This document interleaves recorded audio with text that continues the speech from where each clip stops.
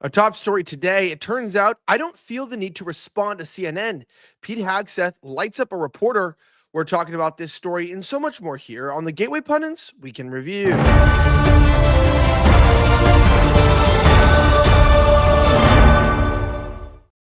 My name is Elijah Schaffer, and this is the Weekend Review. We cover the top 5 stories of the last 24 hours. Excuse my production quality as I'm currently traveling. Our top story today comes from Christina Lila, who reports, I don't feel the need to respond. CNN, Pete Hegseth lights up a reporter. Trump's defense secretary nominee, Pete Hegseth, completely shut down a CNN reporter on Thursday afternoon following a meeting with Senator Rand Paul.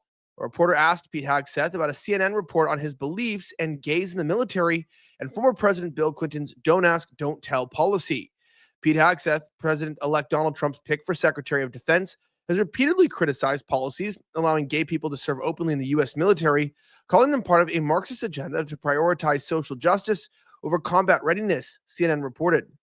In his 2024 book, The War on Warriors, and his subsequent media promotions this year, Hegseth described both the original Don't Ask, Don't Tell policy and its repeal in 2011 as a gateway and a camouflage for broader cultural changes that he claims have undermined military cohesion and effectiveness, the outlet reported. A reporter ambushed Pete Hegseth about the CNN report, and he immediately shut them down. I don't feel the need to respond to CNN, Hegseth said. The reporter kept pressing Hegseth, so he shut her down. Did you hear what I said there? Hegseth said. This is how it's done. We can watch directly here how Pete Hegseth ends up handling this situation because CNN's been owned too many times by him. I feel like I'm losing count. But in the ambush, it did not go as planned, as we know that Pete Hegseth initially was targeted while walking. But this time, he ended up giving his best performance yet. Watch. Do you believe that gay people should be allowed to serve in the military? Yes. Can you just respond to the CNN report this morning? It was highlighting some of your previous comments. I don't feel the need to respond to CNN. You are comfortable with gay people openly serving in the military. Did you hear what I said there? It's like you have to repeat yourself, right? It's like, oh, do you feel comfortable with gay people serving in the military? Yes. What do you think CNN said? Well, I don't have to respond to CNN. That's the mentality we should all have. We don't have to respond to these people. We don't owe them an apology. We don't owe them an explanation. In fact, we literally do not owe them anything. And Pete Hegseth just showed us a masterclass in how you respond to these fools who continually press you and try to make you respond to what? To some false accusations? It's absolutely ridiculous. That being said, it also turns out that the story about what the U.S. military is doing in Africa shows exactly why Pete Hegseth is needed at the Department of Defense, Mike LeChance reports. The reason Trump tapped Pete Hegseth to be Secretary of Defense is to clean up the military and get rid of all the woke junk that stands in the way of our soldiers doing what they are supposed to do. So far, the objections to Hegseth have been utterly predictable and pretty much without merit. The story below, however, really puts it all into focus. Just look at this. It's from the Defense Department website. The DoD dealing with climate change as a security concern for Africans. It says here that African nations see the effects of climate change daily with the desertification of the Sahel region, abnormally destructive storms, flooding, and more. The average temperature in Djibouti is the Horn of Africa has increased each decade since 1971 and is expected to increase further. Djibouti is a country with a large U.S. military presence, is already one of the hottest countries on the planet. It's an issue that our African colleagues raise to us repeatedly in almost every engagement we have overseas. The Defense Department is obviously aware of the problems caused by climate change and global warming, said Farrell. The U.S. military, not just the Marines, must be ready to operate in any climate and place. And American planners are working with African counterparts to learn new practices, techniques, and procedures to operate in a challenging climate. Our opportunities to engage and exchange overseas also help prepare us, U.S. strategic readiness, and are in our ability with forces worldwide. Farrell said that African nations have much to teach U.S. service members about operating in stressed environments. Is fighting climate change really a thing in Africa? And how and when did this become part of our military mission? Many are asking. It's kind of weird, right? So you have the Department of Defense saying, we've got to help Africa with their climate change. And you wonder why they don't want Pete Hegseth to clean things up. Now, many of you guys might know this. we are in the middle of a crazy Christmas extravaganza from MyPillow. MyPillow has their flannel sheets on sale right now for $59.98, the same price for their slippers that are made of the highest quality materials, keep your feet warm, usually $120 for half price right now, even less than half price. Plus, they have duvets, quilts, but the best part about it is all the products, of course, are made by an American company. They're absolutely fantastic. They last so long, and they're by a man, Mike Lindell, who fights for your right for freedom. If you're looking for last-minute Christmas gifts, don't forget that with my code Elijah, ELIJAH at mypillow.com, you can also get the standard MyPillow for only $14.88. Where can you get an amazing pillow for only $14.88? Plus, you get a queen size for $18.88 and a king size for $19.88. Go to mypillow.com, MyPillow.com, put in promo code Elijah. Remember, limit is 10, and you get free shipping on orders over $75. I really do appreciate you all. I hope you have a great Christmas and you get someone of MyPillow because you support an American, you support a real American company, the workers that are Americans, and on top of that, you end up getting a great gift for an amazing wholesale price. Check it out today. Now, that being said, Nancy Pelosi has actually been hospitalized. Check this out. Cullen Linebarger reports that former House Speaker Nancy Pelosi is in the hospital after falling downstairs with traveling in Luxembourg as a part of a bipartisan congressional delegation to mark the 80th anniversary of the Battle of the Bulge. For historical purposes, the Battle of the Bulge was one of the most famous battles in World War II.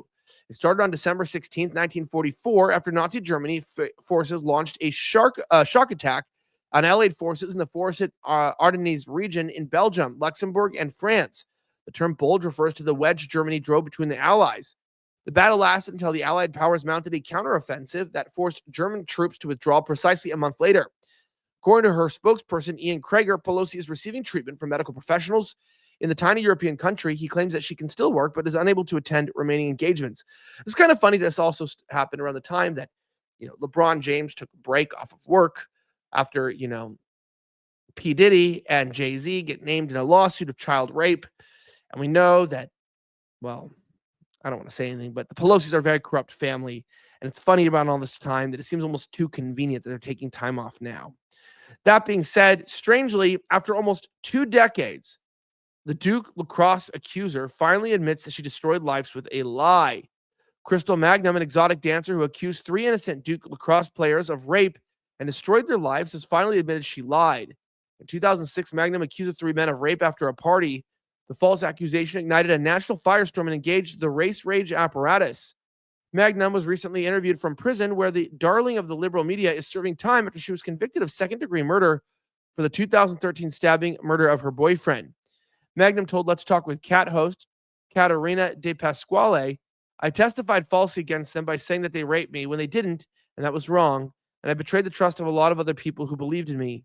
I made up a story that wasn't true because I wanted a validation from people and not from God." She added that she hopes the men will forgive her, and I want them to know that I love them and they didn't deserve that, and I hope that they can forgive me.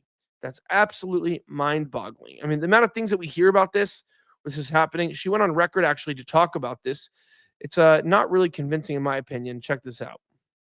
And I testified falsely against them by saying that they raped me when they didn't. And that was wrong. And I betrayed the trust of a lot of other people who believed in me.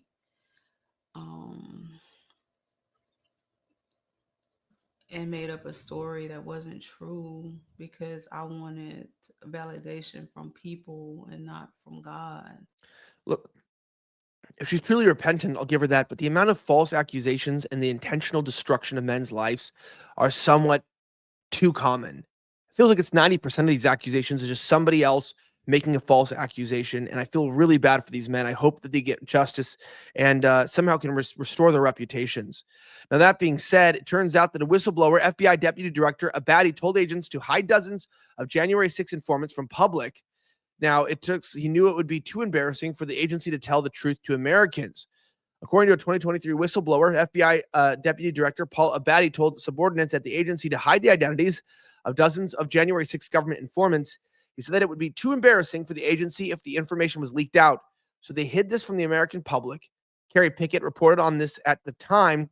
An FBI agent told the House Judiciary Committee that Deputy Director Paul Abbate suggested that at least 25 FBI confidential human sources or informants involved in reporting to the Bureau from January 6, 2021 should not be publicly acknowledged.